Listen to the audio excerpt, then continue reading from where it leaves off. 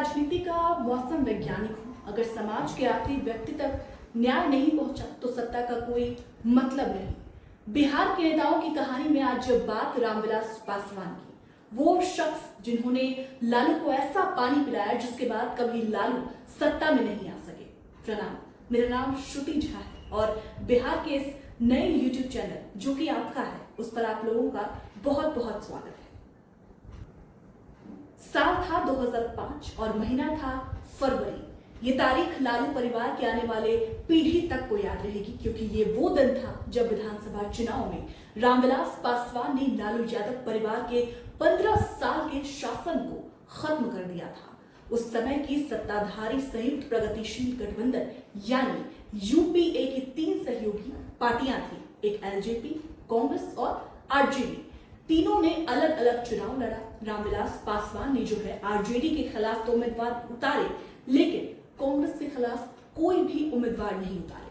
RJD 75 सीटों के साथ सबसे बड़ी पार्टी बनी। एलजेपी को 29 सीटें मिली और कांग्रेस को मात्र 10 सीटें। अगर ये तीनों एक साथ आते तो छोटे दलों के समर्थन से लालू राबड़ी का 15 साल पुराना शासन जारी रह सकता था। वही एनडीए को 92 सीटें मिली थी और बहुमत का आंकड़ा जो था वो 122 था। ऐसे में रामविलास पासवान किंग मेकर बनकर उभरे थे।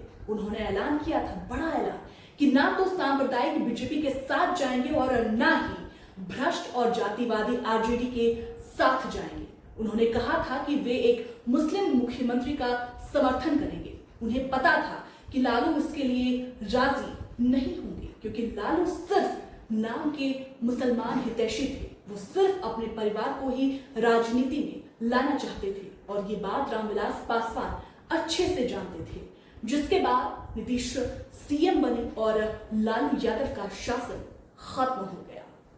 बिहार के शाहपुर में जन्मे रामविलास पासवान दलित राजनीति के सबसे बड़े चेहरा माने जाते थे। बहुत ही साधारण दलित परिवार से वो आते थे। पिता का नाम जमुन पासवान था और माता का नाम शिवाती देवी। पटना विश्वविद्यालय से कानून यानी एलएलबी की उन्होंने पढ़ाई की और राजनीतिक विज्ञान माने पॉलिटिकल साइंस से एमए किया। जब 22 साल के थे तब पुलिस विभाग में एक शानदार नौकरी मिली, पुलिस उपाधीक्षक की माने डीएसपी। लेकिन फिर क्या था, रामविलास पासवान तो रामविलास पासवान ठहरे। रामविलास पासवान को तो आगे चलकर राजनीति का पक्का खिलाड़ी बनना था। ना देखा आओ ना देखा ताओ, बिना सोचे समझे सीधे तौर पर मना कर दिया। उन्होंने सीधे तौर पर मना किया। और देखिए, हमारी और आपकी तरह अगर कोई साधारण व्यक्ति होता तो एक पल की भी देरी किए बिना इतनी बड़ी नौकरी जो है वो ज्वाइन कर लेता, लेकिन रामविलास पासवान ने ऐसा नहीं किया।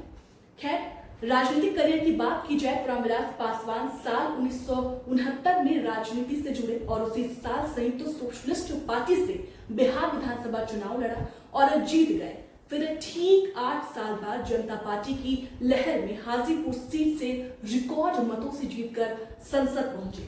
साल 1997 के लोकसभा चुनाव में 4.25 लाख से ज्यादा मतों के अंतर से जीतकर Guinness book of world records में अपना नाम दर्ज किया।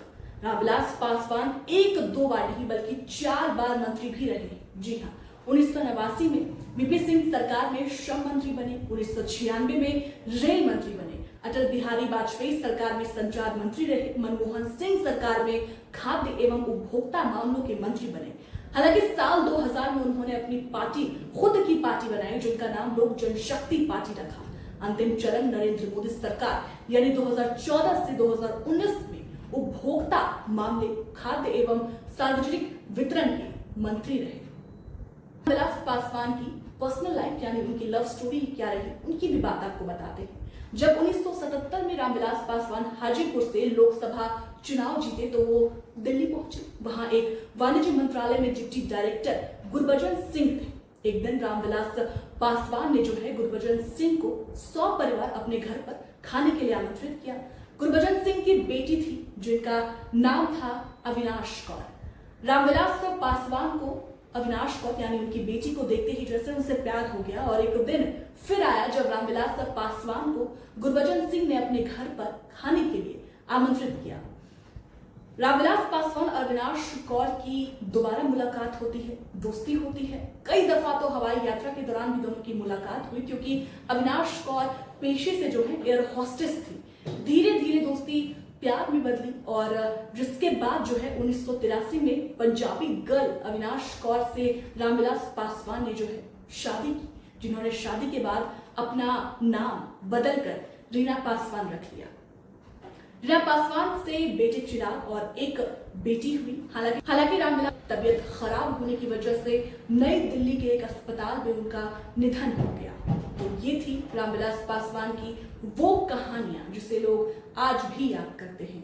फिलहाल इस वीडियो में इतना ही। अगली कहानी जो हम आपके लिए लेकर आएंगे वो आपको बिहार के उस छोटे सरकार की बताएंगे जो अपनी सबसे अलग पहचान के लिए बिहार ही नहीं बल्कि अन्य राज्यों में भी जाने जाते हैं। हमारे चैनल को प्यार दीजिए क्योंकि ये आपका चैनल है, आपके लिए हमने ये चैनल बनाया है। स्पेशली हम बिहार और यूपी की खबरों को जो है कवर कर रहे हैं, इसलिए इस चैनल को खूब सारा प्यार दीजिए।